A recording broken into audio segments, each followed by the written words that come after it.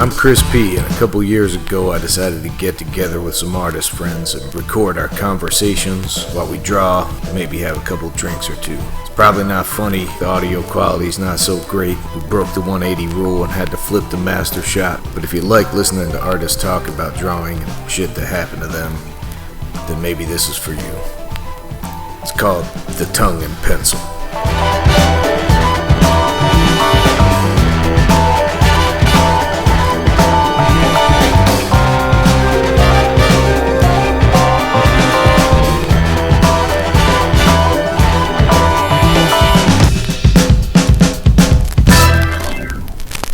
Here we go. Parker. Tongue and pencil. Thanks for Cheers. Thanks for joining me. Thank you. Cheers. So this is an experiment.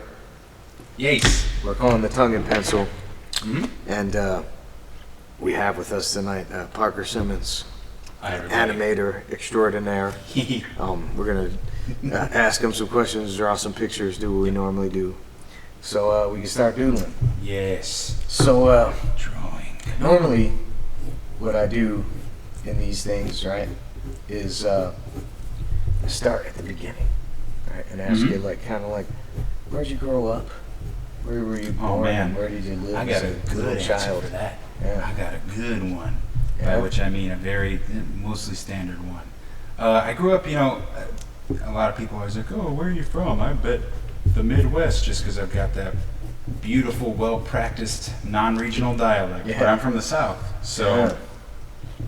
Texas, Arkansas, Louisiana, all that good stuff. I've lived in all three of those states, and I'm the ninth of 9 kids. Whoa. So there were a lot of us, and I had to fight for attention a lot. So that seemed like, that's kind of a natural fit for this line of work in general. Yeah. So 9 kids, huh? I didn't know that. 9, yeah, and I am number 9. So, my oldest brother's like 45 years old. Well, that's older than me. Yeah, so that just my siblings span an entire generation, if not more, of people from proto Gen X to whatever the hell millennials. What do you consider yourself in that? I don't know. It's bullshit. bullshit. Are you because between two? They don't. I don't know, man. Like I don't. Somebody's like, you're a millennial. Fuck it. I don't care. Call me that. That's fine. But it just seems weird, and I think it's only just now they've come up with a name for any generation, so it applies to anyone who now isn't in X. Yeah. So if you're not Gen X, you're a millennial. I'm like, that's a. What big about Gen fucking- Y? You ever hear about Gen Y? They just got absorbed. They They're now millennials. Yeah, they didn't ever. They've been resorbed They in the didn't. womb. They didn't stick with that one. No, because it's not catchy. Yeah. Gen Y. It's like, then we get baby boomers, Gen X, Yeah. Gen Y. Yeah. They don't know what they're doing. Yeah. Gen That's Y, pretty because much it, that's right? all we've got. Baby Yeah. boomers and Gen X. There's a huge span It is a between pretty that. big difference. So It's like, were you born in 1945 or were you Yeah. born in 1980? Like, what's the? you know what?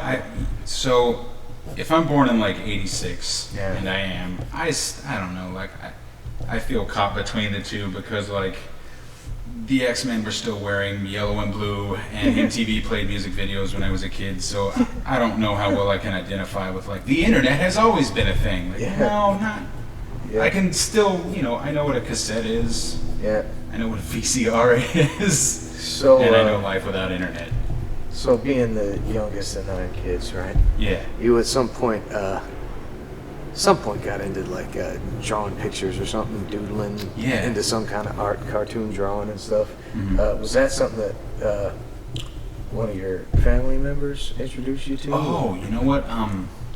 So my dad was really, he worked at like a paper mill. I don't know if you've ever driven by one of those, but they smell like an asshole. Yeah. And you get that classic like, well, son, that's the smell of money line. It's like, yeah,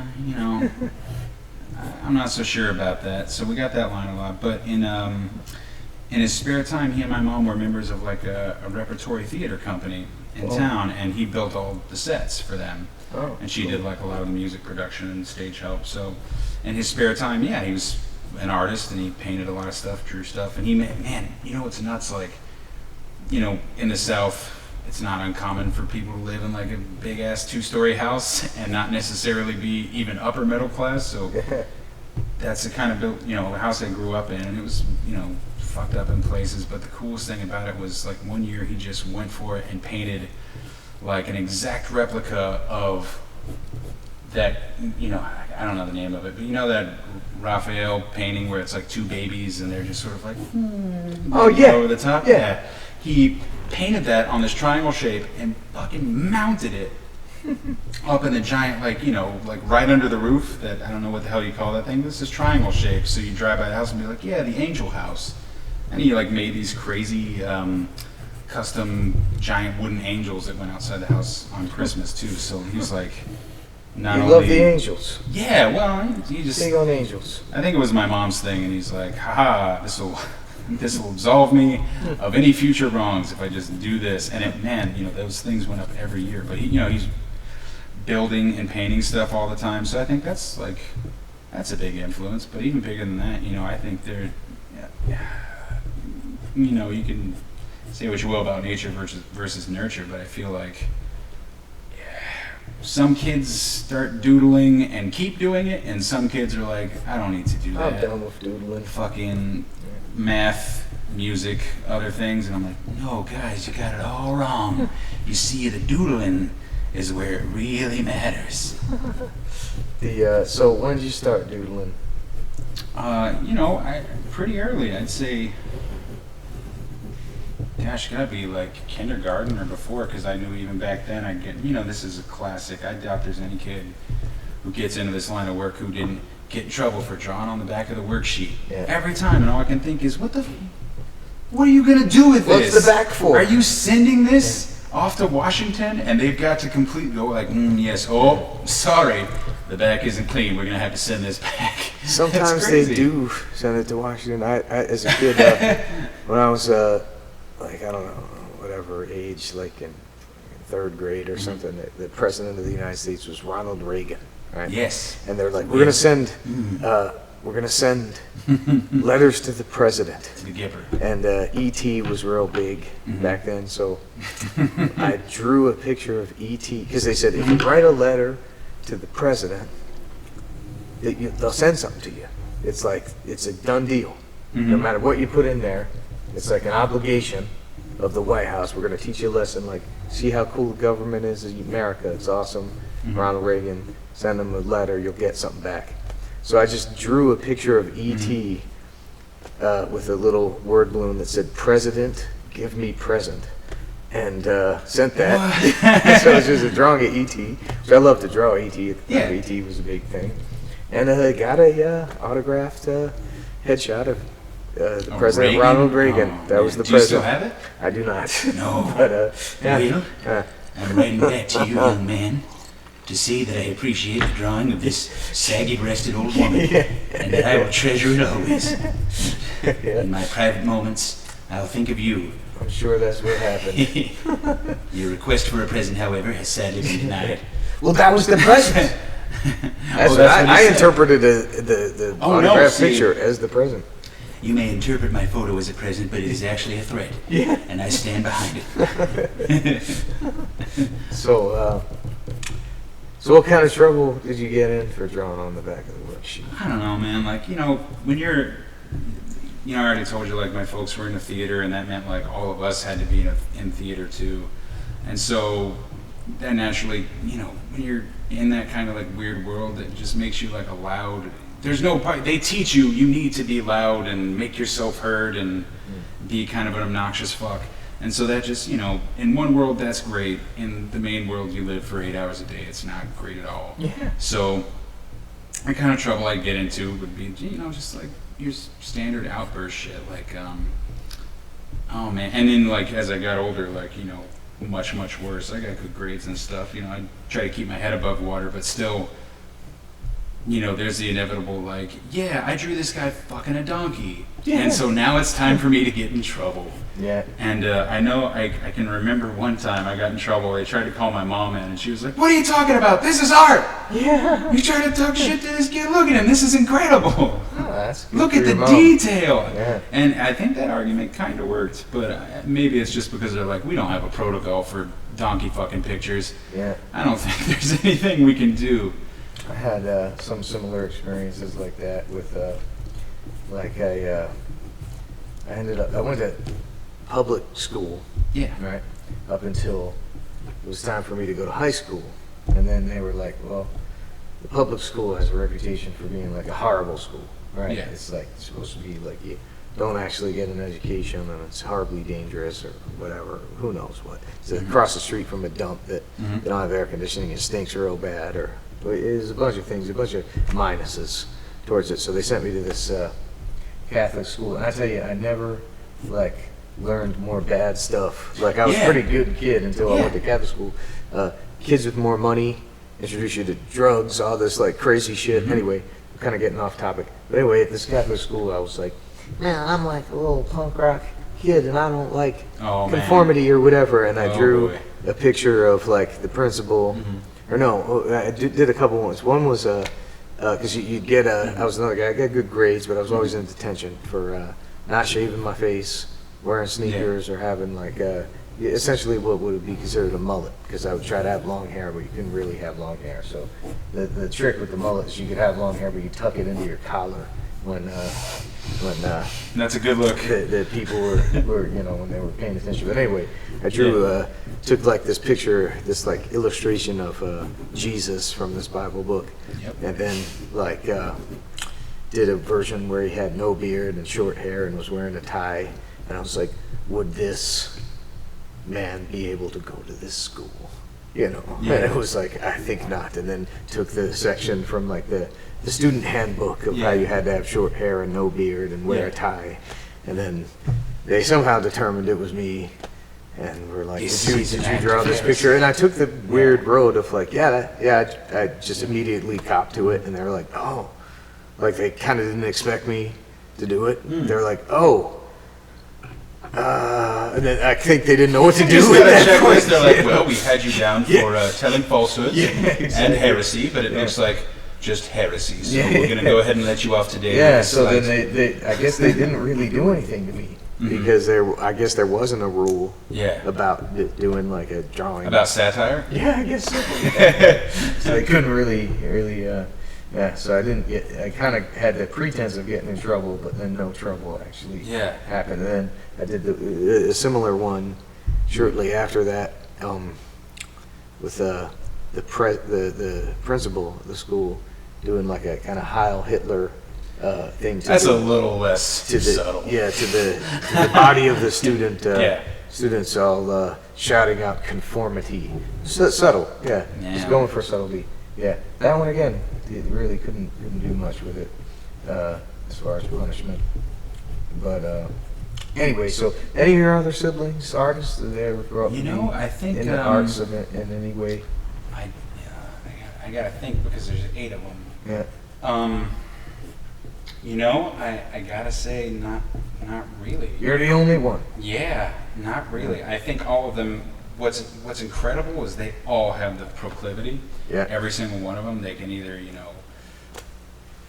most of them I think like sing and perform in some way. I think I'm the only one really that draws or has ever bothered to do that. But a lot of them, and then, all of them were really supportive when they knew I wanted to do that. Like, yeah, of course you do. Like, if I thought I had even a chance, I'd go for it. And a lot of them, like, they're incredible. Just the other day, 2 of my sisters, one of them was travels a lot, and she was in town and was like, I'm gonna meet up with the other one. And they posted some video of a song they had written. They had the guitar playing in the background, and they're both like harmonizing on it. And so it's like a weird, what's fucked up? It's like a weird Von Trapp family. Yeah. But it's also still a terribly dysfunctional, like, 90s sitcom nuclear family at the same time. So there's something kind of like magical and still disturbing about it. So you're not the weirdo of the family for being an artist. There's a lot of weirdos. No, I don't think. Actually, No. You might be the weirdo. There's 8 of them, and I'm sure at least some of them will listen to anything I say on anything. So I'm just gonna say they're all incredible, and none of them are weird. And, no, I mean, like I said, they're all like performers in some right. And I know, just to give you like an example of like the the type of people that are my family is and I am too. I had to go back. I went to Christmas one year. They had a get together, and it's kind of like a few days before, and it's almost like, yeah, everybody's got families, but come down for like a weekend and hang out. And I went down, and it was really nice. And we all hung out and did our thing. But I know that my wife the whole time was just like, what the fuck? I thought you were loud and obnoxious, but god damn, this is another level. There's no quiet in this house. Yeah. There's never a moment of peace. Someone's either, and she's like, the way they communicate, they just talk through you the whole time. I'm like, yeah, you can't, yeah. It's not like a similar family. Yeah, we're not immune to that either when you're in it. And people outside of it get the feeling like, oh yeah, you must know. I'm like, no, it's still frustrating when you're a part of it. But yeah, so they're all like, I think they're all sort of manic, crazy people with their own stuff. Does Teresa come from a big family, or? No, she has a brother, and her mom and dad are like salt of the earth, love them, and no, not at all. Yeah, I wouldn't say that that's what drew me to her. Like, oh, you're not like me at all. I wouldn't say that necessarily, but definitely there's a key difference in just like decorum. Like, do you know what I mean? Like, I would say her family is classy. Yeah. That's the best way I could put it, and that's just like comparatively classy, I would say.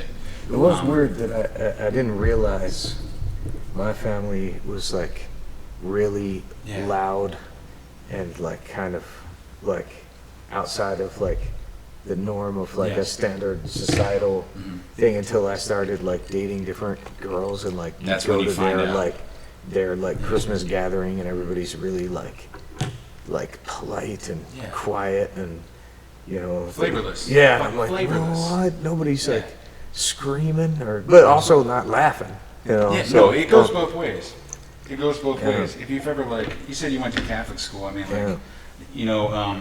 I'm not a religious person at all, but we were raised Mormon, which explains like the 9 kids thing. Yeah. And I think some are still in it, and there's another half that are like, we're not really into anything. That's just the natural course of things. But I will say that like something my mom used to do, which I still like give her a lot of credit for this, was she made sure we all sat in the front row at church no matter what. Yeah.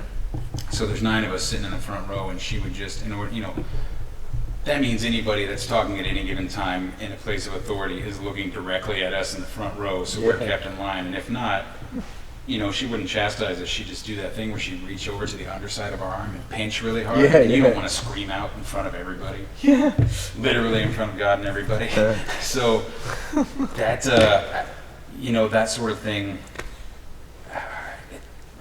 I don't know, like I give her a lot of credit for that, but also, in that weird sort of. Hey, look, it's Lika. Lika! She's here. Hi. Go say wave into the camera there. Wave into the camera, Lika. Lika's a superstar. She's a pro. Not even. That I Within remember. reach? You gotta get him further. You gotta Get right in front of the globe. Right in front of the globe. The get in trouble in church. Look, I got all sorts of blank spaces. Well, I was gonna say, I know. He was just talking about it. Yeah. What I was gonna say was that, like, I was leading up to this sort of like, you go to the other families' places and you're figuring out like, oh shit, maybe not. Maybe I'm not normal. Maybe my family's not normal. It's funny. Like I know. I told you my mom was like into the musical production side of things. So at church, she was like a choir director for a long time, and she made sure we all, sang out with full force. Yeah. And I remember one Christmas, my wife's family is like, they're Catholic. They're like, we're gonna go to the church. Come on, we're doing it. I'm like, man, God, I don't want to do that, but all right. And we went, and I just remember, they have like, I'm gonna draw this guy. There's some sad fucking middle-aged dude who's just like, you could tell it's his life to have this guitar and play the songs for the church, and he's just going for it, but in the way that's like, no, Christ is Lord, this is not a hymn, it's a fucking thing I wrote, and the whole church is dead silent. Nobody's singing along. It's joyless, it's depression, and I'm like, say what you will about Mormons or whatever, but at least they goddamn sang. And Yeah. I just remember when they Catholic started the Church, hymns. nobody's big on singing. They have been beaten to death, and then when they were, they're like, and now we shall pray, and everybody stands up and kneels on these weird pads. I'm like, what the? No one can ever tell me Mormons are weird again. Yeah. Ever. That shit doesn't happen. You just sit down and sing for an hour, and you're pretty much gone. So the Kneeling inevitable, on pads, eating crackers. the inevitable question Yeah. that comes up with the Mormon, Yeah. any kind of Mormon thing, I'll tell you everything. the magic underwear. Yeah, it's a thing. Yeah? So what about They're it? called garments. Yeah. They're supposed to, you get them when you're sealed in the temple, which is the secret true marriage. Yeah. And they protect you from evil, I guess. Yeah. I don't know. Yeah, my folks wore them. They wore the crazy underpants. Right on. But they just look like a white, they're underpants. They're like really weird thin underpants, and they're spiritual armor. Nice, they're spiritual. Spiritual armor. So they actually It's a real protect you thing. from evil? I gotta assume if you're into that sort of thing, but I'd love to know I'd love to know the actual stats. If it affects your charisma, if it affects your luck, if you gotta figure it's not necessarily really defense. It's all constitution. luck. It's your constitution. Dexterity. Your constitution. So when you're wearing that underwear, you can eat rotten dungeon meat. Yeah. It's all good. Yeah, that's a real thing. But I mean, say what you will, man. At least they sing. At least they sing. And I just remember in that moment, I thought, I'm not really into this, but I'm gonna make my dead mom proud, and I'm gonna belt the shit out of this hymn. And I went for it, and just the cold fucking stares that I got in return were like, what are you doing? You know what it feels like? The entire congregation of that Catholic church felt like a bunch of kids in class who get pissed when you raise your hand to answer a question. Yeah. And you're like, teacher, it's actually the Battle of the Balls. And everyone's, shut up, nerd! Yeah. So you're just like, fucking Jesus! And they're like, don't do that. You're ruining it for us. The priest is going to think we're assholes. I'm like, you guys are assholes. You believe this shit and you're not singing it. Yeah. Fuck, give it a break, get out there, belt it. And I just, that's stuck with me. The weird difference between the two. But I feel like that also speaks to that's another experience where you're saying oh, so maybe it is true. Mormons are weirdos because they are all the strange, weird nut job families. That's why they all don't mind getting out there, being weird and singing. Yeah. And Catholics are all normal families, so they just keep quiet and they're to themselves and there's no joy. Sorry, Catholic people, you're joyless and dead inside. They don't mind. They're like, what are you drinking? Give me some. Yeah. Pass it They're on. not big on joy. Big No. on guilt. No. Guilt's a big, that's That's a big what one. makes it so interesting. Yeah. That's what makes Daredevil really good. Yeah, it's true. Daredevil. Confession. Snubbed by crazy. the Emmys, Yeah. that Daredevil. Yeah. A travesty. Betty feels guilty Miscarriage about of it. justice. See, it's a miscarriage of justice.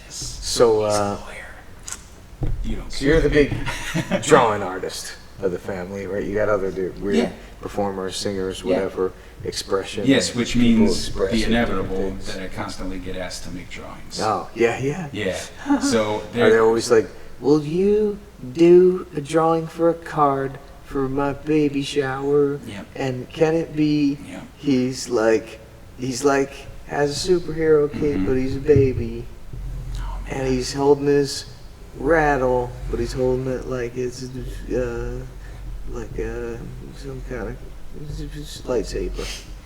Right? Is that where you get it? Yeah, I can do that. Yeah, it's one. Yeah, it just seems inevitable. they're It like- comes with the territory. That rattle doesn't really look like a lightsaber. Oh man, Could you make it a little bit more? And then you're like, No. how can I make a rattle look like a lightsaber? if the kid puts it in his mouth, he's gonna die. Yeah.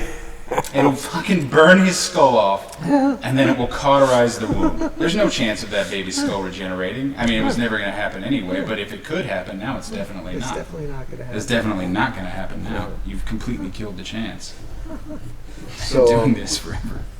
So you go to the high school, Yes. and then you draw a lot there. Did you take art class, or what'd you do at You that know what, point? man? Art class. I had I don't know, man. Is it a universal experience that people who actually do art hate art class? Yeah. Is that universal, or is that just like A few of us, or just me? Is it just me? In this Catholic school, right, there's this weird, like, kind of like if there's ever a guy who would be pegged as like a weird, like kind of like a serial killer, pedophile guy, he was like the art teacher. I mean, I'm sure he was not. Sure he was not. Full disclosure. Yeah, but his big thing was not something like, maybe like, what do you think you would experience in art? Like a figure drawing? No. Yeah. None of that. No. Perspective? Nope. No. Macaroni pictures.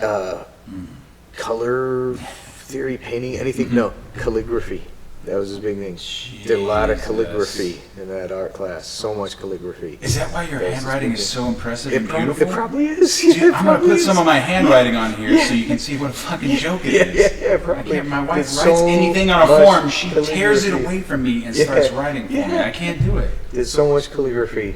I feel jealous. My buddy Griff, who he's the same as you with the handwriting. It's beautiful, it's unique, and he does it so effortlessly. And I'm like, what is it? I feel like a sham. Do all good artists do this? No. Should I know how to write? Only if you studied like 4 years of calligraphy for no reason. So anyway, you took the art classes. You hated the art classes. I wouldn't. You disliked them. No, you weren't inspired by them. No, it's not that. I actually dug the art class, but what would happen is they'd give you an assignment, and the assignment was always sort of like draw a bowl of fruit. Look at this book and copy the thing out of it.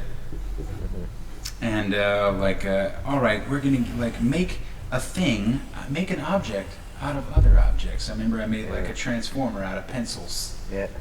That's that sort of like stuff. It's fun. It's okay, but like I'd always finish my assignment early because I'm a cocky little shit.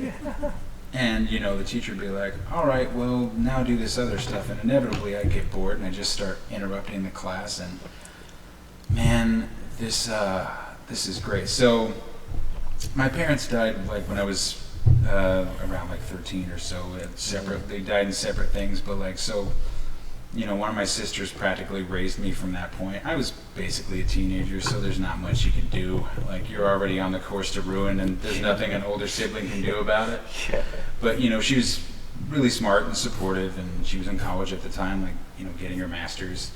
And I remember, I was in art class. I'd get in trouble all the time just because I can't help myself, and I gotta blurt something out or say something extremely inappropriate or mock the lesson plan or something, and I just can't help it. And this one time, this was like they were showing reruns of Family Guy, and there was this child molester character who talks about giving away popsicles, and I just thought that shit was hilarious. In hindsight, they were showing that in school? No, not in school. Okay. Like, I watched it of my own accord. Gotcha. All right. And it was on like a little bit more sense that way. Yeah, that I thought it was hilarious. In hindsight, not quite that funny. But I just thought that voice was great, and I keep being like, "You want a popsicle, young fella?" Over and over. And my teacher got so pissed. She sent me outside the class and had me write like 100 times, like writing lines like fucking Simpsons. Yeah. That shit is real. Kids will probably watch that and go, no, they made you write shit over and over, thinking it would change you. Did you see the smart board intro? Because that's what kids have. They don't have chalkboards. They have these smart boards. They're like a big computer screen. And he writes it once and then copies and pastes it. That's incredible. Yeah, because that's what the kids do now. Man, it's psychopathic. So they have you do that thinking it's not going to turn you into a murderer. Yeah. And so I remember I did that, and I came home. And you murdered somebody. I murdered somebody, and the truth is, folks, my parents met on a timely end. Pretty dark. Really rough. Really rough. It's really, I'm getting sweaty. That's why it's got to get dark. It's pretty hot up here. Yeah, it's nice. When we did the one with Schnepp, so sweaty. Full sweat. So sweaty. He's a sweat-tacular man. He's check it. Sweaty. You know what you call him? He's a sweat hog. He's a sweaty nerd. He's a sweat hog. Yeah. You know what a sweat hog is? From the fucking Mr. Carter. Exactly. Welcome back. See, I told you I'm not a millennial because I know fucking Mr. Carter. Mr. Carter, yeah. It's weird, man. It's not fair. So I remember coming home like just kind of furious about it because I'm a dumb teenager, and I showed that to my sister, and Corey Ann specifically. I showed it to her and I said, "What is this? That crazy teacher, and really, I'm sure she's a wonderful lady, and teenagers are awful, but I was like, that crazy teacher, she made me write this 100 times, I can't believe it, this is bullshit. And she looks at it, and she just laughs, and she's like, this is hysterical, she made you write, I will not say popsicle 100 times? Like, yeah, this is nuts, right? And then did you see the humor in it? Yeah, it was really funny, and I think she has it framed somewhere, honestly. She's like, I'm going to cherish this always, this is hysterical. But I remember, like, and this is like, I'm sorry to make it darker, Chris, but I'm gonna make it darker. She's like, you know what you should do? The next time she singles you out for it, and she's not singling me out. She was fair because I was being a shit. But my sister's like, nah, she's singling you out. Get her. And she's like, the next time she singles you out, say, she was like, just play the pity card. Be like, oh, and I did. I said, the next time I got in trouble, I was like, oh yeah, pick on the kid with dead parents. Oh, man. How did that go over? Maybe she cried. I don't know. Oh, man. I was a cruel kid. But I don't know, like, that was rough. And I remember doing it, and I think I went home and I was like, Corey, I don't know. Maybe that wasn't right. It was kind of funny, but in a way that's like, was too much. But I mean, give credit to my sister. At least she wasn't like, yeah, maybe tone it down. She's like, fuck that. Go all the way. All right. Is that the switcheroo thing? All right, here we go. We're going to do the switcheroo. Now here's the fun part, where you get to see what the other guy drew. And then you can draw on that guy's drawing. And then you draw on another guy's drawing. So we'll just untape this, do the swapperoo. And it's a diddle do. Oh, we're actually going to switch? Yeah. I thought we were just going to trade places. No, so we just do this. Yeah. Oh. We don't want to confuse the audience with the cameras. That's true. They're getting real confusing. So you're just kind of peeling the tape back? Just peel the tape off, you hand it over, tape it down again. Real gentle. We're good to go. Here you are. All right, here we go. Blank spaces. Oh, there's a little Pinocchio under here. Crazy. All sorts of silly stuff. Oh, I like that tank head guy. You got E.T., the extraterrestrial. I had to make it happen. He Gotta sharpen this pencil again. He kind of looks like Zorak a little bit. He's got a Zorak kind of posture. I kind of forgot, and I was like, yeah, fucking Zorak. I gotta say, I draw E.T. weekly. Yeah. Because Conan, my kid, loves E.T. Really? He always is like, Daddy, draw E.T. So I've gotten real practiced at drawing E.T. recently. We showed him E.T. And a kid, when they're this age, they like to watch a movie, like they lock in. They're like, I want to watch that movie. That's like fascinating. 50 times in a row. Cloudy with the Chance of Meatballs too. Yeah. I've watched about 60 times. I had a movie. Now the Wallace and Gromit Curse of the Were-Rabbit. He's into that one. He wants to watch that over. Man, kids are so much better at painting. He calls it the Big Bunny. That's what he calls that movie. Beautiful. He's like, the Big Bunny movie. Big Bunny movie. Coming soon, folks. From Aardman Animation. The Big Bunny movie. I told you I got a lot of siblings, so that means I got a lot of nieces and nephews, naturally. And, I had like a niece by the time I was 7. So, like, even when I was still a kid, there's a kid she watched The Lion King every day, knew every line of it. And I'm like, this is nuts. Yeah. Is this a thing? And then you kind of go back to that time yourself and you're like, I used to watch Peter Pan nonstop and be like, Captain Hook, mouthing words under your breath, trying to sing whatever song is in there and just getting into it. Oh shit, so here's a wonderful, how people kind of have secret origins? I got my secret origin for you, man. What's your secret origin? You ready for the secret origin? I'm ready for it. Here it is. So, as a kid, I told you we're all like strange theater people. I used to love the shit out of Jungle Book. I still love the shit out of Jungle Book. One of the best, if not the best. It's awesome. It's got a crazy hippie redneck bear. It's got a stuffy cat person. It's got a pedophile snake. Anything you could want, it's got it. So I used to love that song that King Louie would sing. Fucking ooby-doo, I want to be like you. And I knew how to sing every single word of it as a kid. I'm sure I even quoted like the weird bits in between where they're just talking like a strange, like rocking back and forth, quoting it. And my parents at the time were like, all right, man, this kid is ready. We're taking all the older kids to the auditions at the repertory company. and we are gonna get these kids, and they're already doing stuff, and they're like, he's young, but he can fucking do it, man. He's dancing around the house singing this stuff, and they're like, you're gonna go up there, you're gonna sing the King Louis song, and it's gonna happen. And so, you know, I get in, and it's like an audition for some kid, because they do like, you know, all the adult stuff, and then they have kids play during the summer, or a couple of them. So I went in to audition, and they're like, all right, Parker, do it. You're gonna do it. I'm like, okay. And I remember this vividly, and it still haunts me to this day, man. I got up there, and you know, the first thing they ask you is, what is your name, right? So I'm gonna look at the camera here. I look directly out to them, and I go, Parker Pumpkin Sweetie Pie. And they're like, what the what? Looking at me with this, that's what my mom used to call me. And I'm like, that's my name? I don't know, I was like maybe 4 or 5, and I'm like, that has to be my name, it's what I get called all the time. But I just said, Parker Pumpkin Sweetie Pie. And they're like, you could tell they're laughing, but the director who's auditioning was like, oh, sweet Jesus. And he's like, okay, kid. He knows my family. He's like, all right, what are you going to sing for us? And I'm just like, knowing full well I'm supposed to be singing King Louis' song, and I should know all the words. And they're like, it's the Jungle Book, sing the Jungle Book off stage. And I'm just like,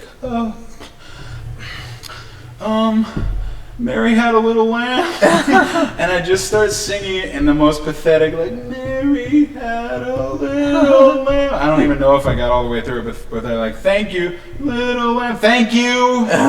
Please get off the stage. That's my secret origin, man. I'll never forget that shit.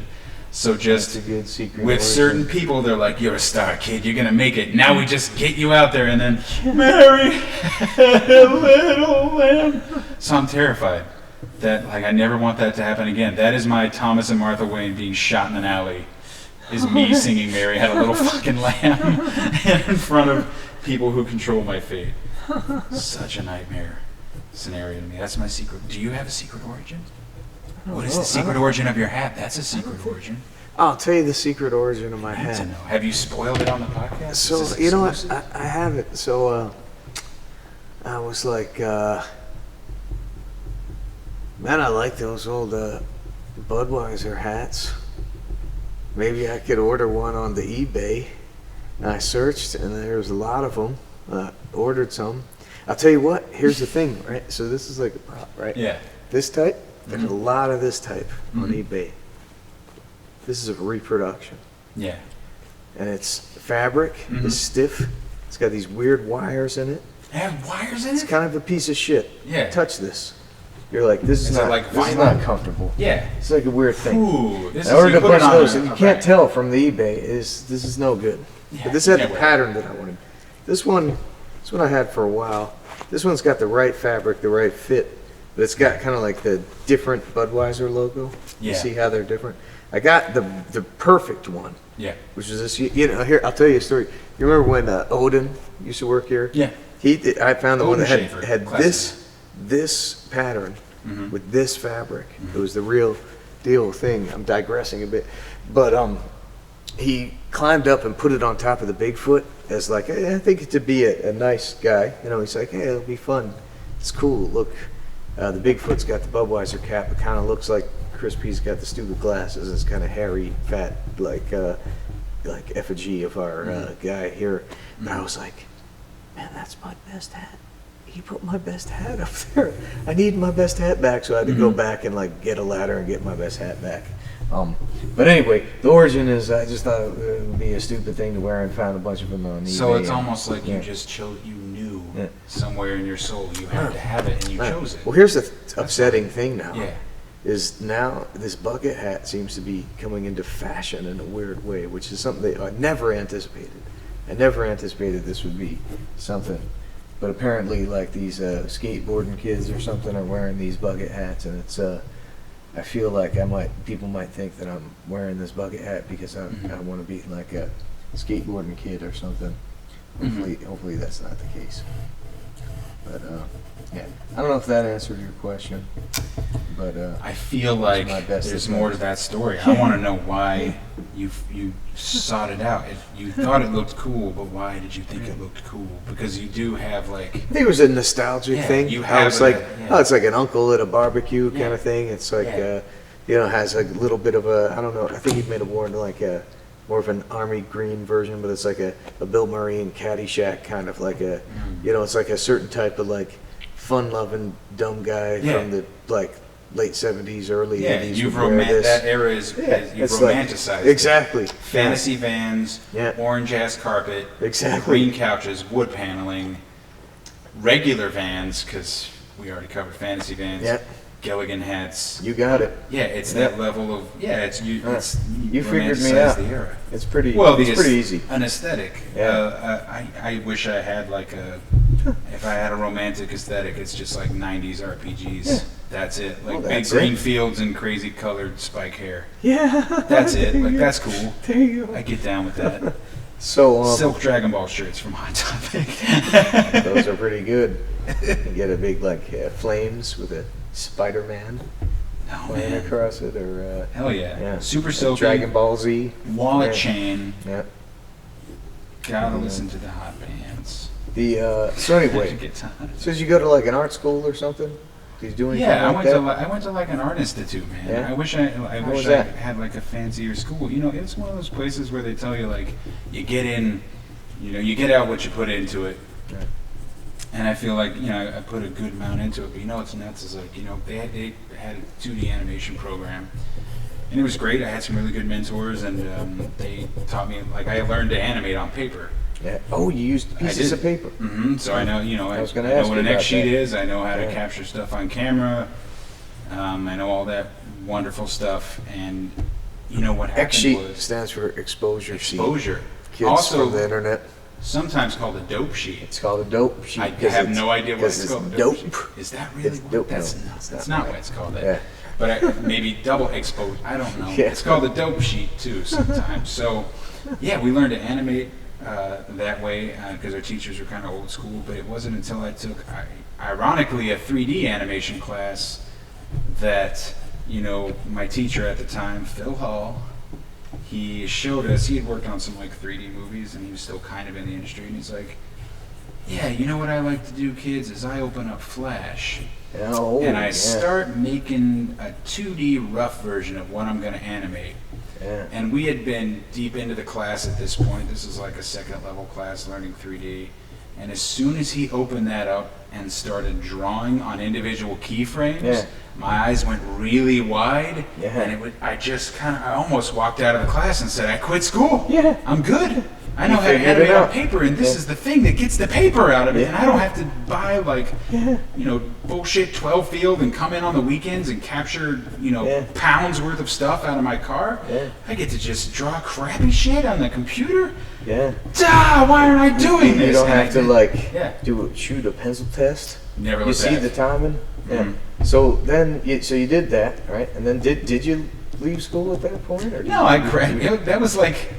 This is my last year. It was very close to the end. I'm like, well, I may as well finish now. But by that point, I got deep into like exploring the world of internet animated cartoons. So then you did stuff for like the Newgrounds and things like that. Was that around that era? Yeah, Newgrounds. I mean, it was still that stuff was still sort of like. It's like early internet. Remember, by the time I finally got around to it, and I knew about those places. By the time I got around to it, YouTube was a thing. Yeah, gotcha. Because I was already like, you know, it was 2005, I think, when I entered college, and YouTube was just beginning. Yeah. And as soon as it got a foothold, like, Newgrounds sort of slipped away. And it's still around. I think it's still doing well, and it's like a great little community, but it's just sort of, you know, the bar for doing that type of stuff is now continually raising because people are fighting for that recognition harder than they ever have. So now you've got like professional animators who are like, I don't have to work. I can just animate Mario sucking a dick, and here's 1,000 million views for the end of time. You know what's the big thing? Yeah. The big thing when I remember it was like, oh, the internet. The guy figured it out. You ever hear of a site called duty.com? Uh-oh. And the guy would every day animate an animated GIF about somebody making a duty, and it got like really, it got surreal after a while because you make like you do that for like 3-4 years. You really got to pull a lot of duty jokes sounded like it, because you're like, well, how many more duty jokes can I What's make? next? Yeah. What could And he there kept coming up possibly with be? duty jokes. I don't know if that still exists. I haven't checked that probably for about 12 years. But at some point, it was big, duty.com. And I remember the thing was like, you know that guy's an animator on The Simpsons. That was the big thing. He's an animator on The Simpsons. Which even feels like, well, they probably didn't have animators. They were shipping it over to Korea. I was about to say, Probably so like he's- a layout artist or something. Who knows what, or storyboard guy. But that was the big, thing. That duty.com guy. Yeah. He was an animator on The Simpsons, and then he realized he could just make animated GIFs for the internet forever. And be that's totally he's fine, Rich. yeah. Or whatever, whatever rumor that was probably false about him being rich. But or maybe it was true. Who knows? But that was like the late might be 90s. surviving. Yeah. He might be surviving. I don't know about being rich necessarily. Yeah, But, so you know. so you graduated from the school. Yeah. You started making stuff for the new grounds. Yeah. And then I know at some point, like, you ended up working on stuff for us. It was a Baton? What was the first thing you worked on over here? That's exactly Yeah. right. The first thing I worked on here. That was a actually- crazy gig, right? It was like a rotoscope Yeah. movie for Japan. We were the overseas nuts. studio Yeah. for Japan. We've done that like 3 or 4 times. where Don't we've talk done shit about overseas. overseas until you've done it. Yeah, It's were hard work. the guys. We were the workhorse guys. Hard work. We're I did often- shading on that. I didn't even get to do the roto, so I Oh, actually really? got off easy. Nice. And it honestly wasn't that bad, but I also sat next to Mike Maloney and Yeah. some other folks at the time who just were miserable, and I was like, this ain't so bad. They're like, man, you're not rotoing, you just Yeah. get shade. And then we did Black Panther, and Yeah. after that rolled on to metal, motors, pretty much anything we've done here. Yeah, you've worked on most of the shows, A lot of the right? pilots too. Yeah. I was on the pilots. China pilot. Yeah. I was on the motor pilot. Yeah. I got So to which do all the was one? Jacob stuff. Which one did you feel like? Did you have a favorite project you've worked on? Oh man, that's a really Alright. easy question to answer. Yeah. And it almost sounds like you know the answer, What is it? and you just want a compliment because it's Motor City. Really? Yeah, it's my favorite. I did. How I many? did. But how many people could disagree with that? And I'll tell you why. Yeah. Why that one is dear to me, Oh, and I think shucks. it's dear to a lot of people, is because working on the pilot, I was still I hadn't been there maybe like a couple of years at that point. Yeah. 2, maybe it's had to have only been 2 years, I think, because I was very nervous, and I'm like, oh no, I'm not gonna. Yeah. It sucks because the 18. You was were on it. nervous? Super nervous. Really? I had every right to be. 'Cause I You was still didn't super- seem nervous. You Yeah. hid that nervousness. I don't know, Very but well. I was very very nervous. Probably because I talked about it to other people, and they're just like, best advice I've ever gotten, and I keep getting it, is always from I think, it's standard stuff, but Juno always tells me, act like you've been there. I'm like, great advice. Just act like you've been there. But no, I was very nervous because by this point, if you recall, while we made the pilot, a lot of projects ended, and there weren't a lot of people in the studio at the time. Yeah, And yeah. if there were, they were in that other building, or for I think we rented out some space in the building next door for other stuff. Oh yeah, yeah. But it That's right. wasn't super full, and I know that it had kind of dwindled to Oh yeah, that was like Yeah. that time when I had to give that speech, It was- and it was I don't like know. maybe it was like I think right. that was Maybe that was right after that. Might have probably. been after. Yeah. And it was it had kind of dwindled, but I was there, and I remember being asked to work on it, and it was like, I can't remember. I was initially, no, I do. This is why I was nervous. Now I remember. I was asked to work on it, and I thought, oh yes, yes. And then I was told, actually, you know what? We don't have the job. You can't work on it. Ah. And I went, oh no! And it was, and I think a day later, they're like, oh no, we just told you that. Sorry, yeah, no, that's not right. You are going to work on it. I was like, oh Jesus! So I'm already in that place where I'm, sweating like I am now. Sorry and I was about really that. nervous. Nah, it's fine. It's all well and good. But at the moment, I was like, oh shit, I'm so expendable. And I worked on that on the pilot, and then I had Roush and Travis and Allison and even Vandervoort, who I did the Andy, test. yeah. I did the animation, the in-between animation for all his keys of Mike Chilton doing his amazing speech Oh to sell yeah. the pilot to Disney. And that was like nobody should ever even attempt to do a scene like that. Yeah. We were just like, I know you could pull. If anybody could pull this off, you could pull it off. Man. And he did. Let me tell you about Dave Vandervoort. Dave Vandervoort is the best connect the dots maker the world over. Yeah. That was the best game of connect the dots I have ever played. Because and he had the timing and everything. He's like, you're going to favor. It was all spelled out. I didn't even have to consult him. Favor this pose, do straight up in betweens here, cushion there. And That guy is a master of subtlety. It was incredible. Yeah. And by the time I was You'll never done, see a guy like that. I think he's one of those guys that super deep weirdo animators understand what that guy brings, and like the layman just doesn't get it. Like that guy has this like super fucking weird specific skill set that just doesn't exist. Yeah, whatever. Anyway, you know what I'm talking about. I'll leave it as Dave Vandervoort is brilliant. Yeah. And I'm sure he's like, who are you? But yeah, that was like the initial test, and after that I was like, yeah, maybe I can work on this. And I remember this is adorable. I even had like a sheet of drawings of Mike Chilton, and I'm like, look, I learned to draw the character. What do you think, Dave? And he's like, well, man, look, I'm gonna be straight with you. You know, the pants here aren't quite right. Yeah. Just that type of stuff. And he was very like supportive and great. And that's what I feel like we've cultivated here is a lot of like weirdly honest people like Antonio, Juno, Ben, people who would be like, didn't I do a great job? And they're like, well, actually, let's turn the page here and take a look. Do you want to hear my Antonio impression? Because I feel like it's not too bad. If I had to say I don't like this color, and I think the line should be, sorry, this is a hard word for me, it's parallel. I think it should be parallel. And I don't, maybe you should pack up your shit and go. Tangent. It's not bad. You gotta use the word tangent. Sorry, I don't mean to be a dick, but here I go, I'm going to be a dick. I see a tangent there. You're going to have to go back and fix it. It made him a little Celine Dion-ish. A little Celine Dion. Lika, what do you think of that impression? How's that? There's Jody impressions that.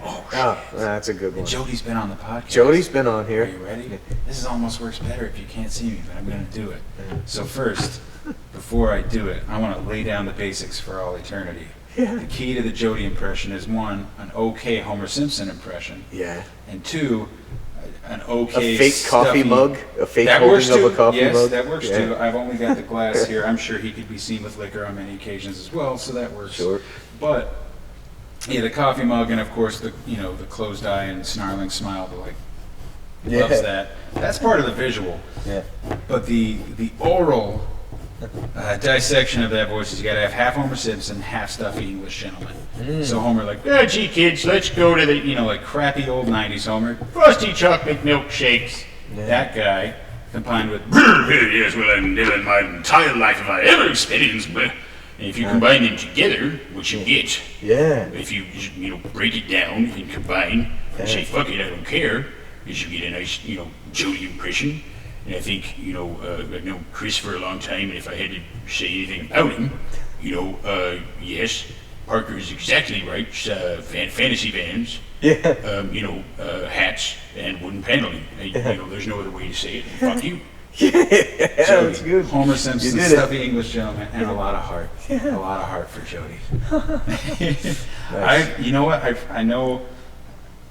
I think I get Roush with that. I've gotten him in dailies. We'll be in dailies sometime, and I'll be like, where's Jody? And I'll go, yeah, fuck you, you don't know. And he turned around, and he goes, what the don't do that, man. Don't do that, Jody. He's like, that's really irresponsible. It's gotten to the point where people will believe that's you. Yeah, that's great.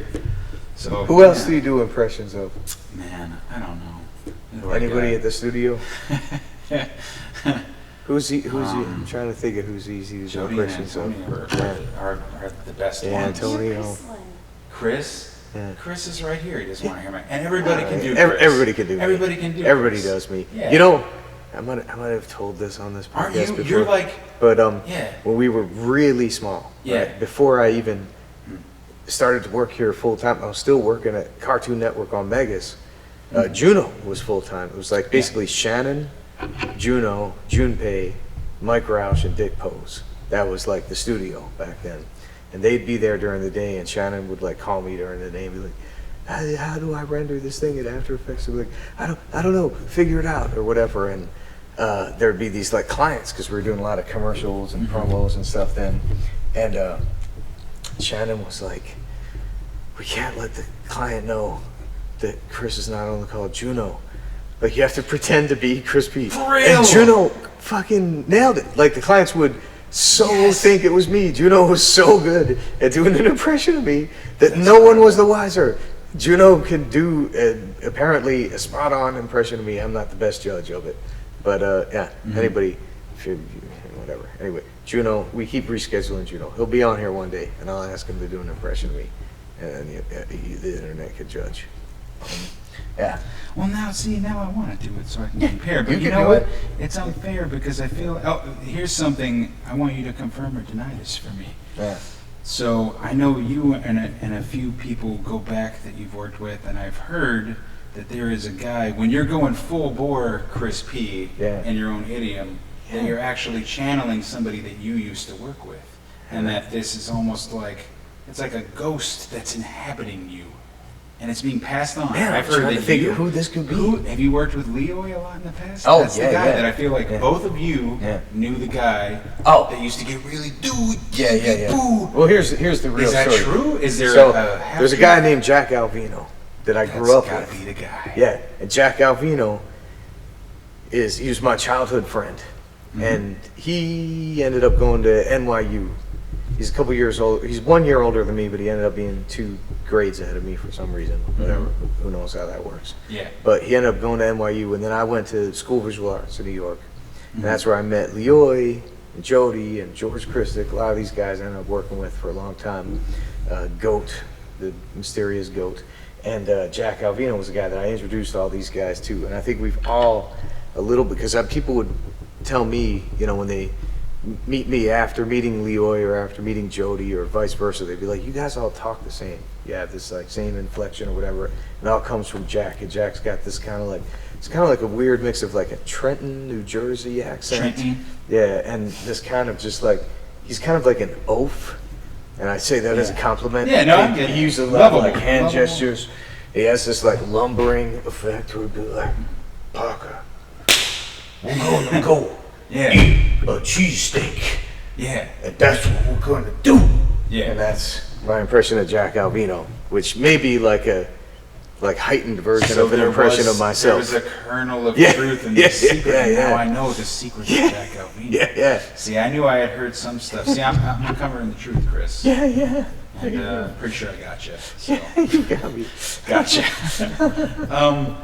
Yeah, I don't even, that's such a good, I love that. I'm so happy to know that. Yeah. But yeah, I feel this is why, knowing that's what makes me, when I said everybody's got a Chris P. Yeah. Even Chris P has a Chris P. Yeah, and it's true. Jackal. That's what I'm saying. It's not even It's true. necessarily who you are. It's the spirit Yeah. of fucking animation inhabiting you and other people. And it's true, I gotta say, if I've ever, directed or supervised on anything, one of my favorite things to bust out of the toolkit is I'll just straight up channel you. If I need to get people excited or happy, I'm like, dude, would you? That is cool. Yeah, that's good. I like it. I can dig it. And if I'm upset, the same thing. That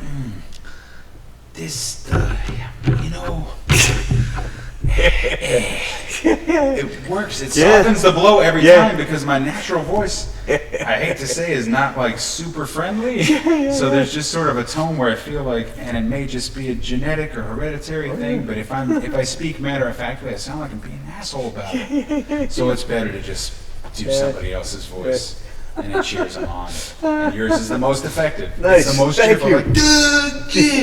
I do get excited when I see the good But- animation. Yeah, But but I it do works, get kind like- of flustered when I'm not quite. But you know what? feeling That's it. better than it's better than the alternative, which is this is some just passive aggressive. This is real shit. Yeah. I can't believe you showed this to me. I'm Yeah. upset, and I take it personally. Well, that's why I like the dailies. The dailies are, I Yeah. think it's a good You bring construct. everyone Yeah. And Mike Roush was the guy who pushed for that early on when we were working on Metalocalypse. He's Yeah. like, I think we should do dailies, since we're all in the same thing. I remember, I told this to Schnepp when he was on here. The first season of Metalocalypse, Schnepp and I were both directing, and he had never done like kind of traditional TV animation. He came from like video art and like weirdo shit and stuff. And Space Ghost, Space music Ghost and videos, whatever. all that stuff. So we're like setting up a pipeline, and I'm like, hey, we got to use Flash. First, he was against Flash. He was like, I think we just do it in Final Cut. We just draw the drawings and scan. And I was like, I was like, that's insane. You shouldn't do that. Yeah, right? no. He got on board with Flash eventually. So, but when we would do like the handouts initially, I was like, I did like essentially some like weird version of exposure sheets. We had like Excel, like, or maybe it was FileMaker, whatever it was, and it was like I'd do like little descriptions like, and like 12 frames up, and then like overshoot, settle 2 frames. Like I would like Really spell specific. every shot out, Yeah. and then I'd see Schnepp, and he wouldn't do anything. He would just like be like, and then he was scribbly, and then the guy like goes like this, and then he Always more effective. goes like Yeah. this, and he goes like this, and I'm like, man, Schnapp's episodes are gonna be fucked up. And then we started doing dailies, and I was like, oh like fucking shots from Schnapp's episodes are better, because I think one was like, first of all, the animators are here. Yeah. You can talk to them. You don't have to give them like frame by frame instructions. Mhm. And second of all, it was like a younger crop of animators that weren't used to exposure sheets, and like they'd be like, overshoot. They don't understand what he's saying. Overshoot, what does it mean? And Lawyer Schnepp would just act it out. They Yeah. get like inspired by him, and I was like, what the fuck am I doing? Why am I doing all this work? And I was like, I'm not doing that ever again, and we just act shit out, and then it came out way better. And yeah, that's the good thing about working with animators, artists in real life. You can just talk to them. Yeah, and it's a team, like, I talk about this all the time, but it's truly like one of the best fucking team sports. Oh. You know what? I think this means this is the end. Yes. We did it. It's over. This went by quick. It always goes It by so really quick. did. So anyway, here's what I like to I'm do. ashamed. What do you want to talk about? You want to talk about one last I'm thing? ashamed. I don't know. I don't know. I'm just ashamed. I want to talk so much more. Well, No, we drew I some don't know. pictures. Yeah. Now here's what we do at the end. We sign them. Okay. And here's the one thing I ask everybody. You want to plug something? You want to plug anything? You got like a Tumblr I don't or know. anything? Yeah, you you wanna guys can plug check anything? out YouTube. Just search for my name, Parker Simmons. You can check my Tumblr. I think it's parkersimmonsyall.tumblr.com. Check That's your it out. southern. That's your southern roots Yeah, there. and it's putting y'all after anything is always funny. Like, this is the end, y'all. It's always good. There you It go. softens the blow, no matter what. You got cancer, y'all. Nice. And nothing ever hurts. So yeah, check that out. So here's the part where we Yes. sign the drawings. Should I sign in pen though? You can sign it however you want. Okay, I'm signing mine in pencil. pencil. Yeah. And then you sign this one, I'll sign that one. We both signed each other's drawings, and then we got two magical drawings to look at. Yeah. All right. Thanks for doing this, man. It was great. It's good fun. Sure.